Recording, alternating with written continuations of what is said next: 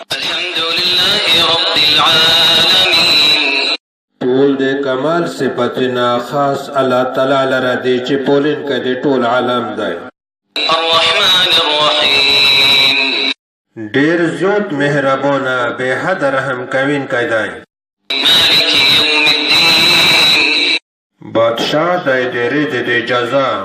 ایاک نعبد و ایاک نستعین. میش خاص د تو عبادت کوي او خاص د تو نه مدد غواړو. اهدنا الصراط المستقيم صراط الذين أنعمت عليهم. تمیش ته سمه سیده لیار وشیه د هغې خلک لیاره چې تو په هغې باندې انعام کړی ده. غير المغضوب عليهم ولا الضالين.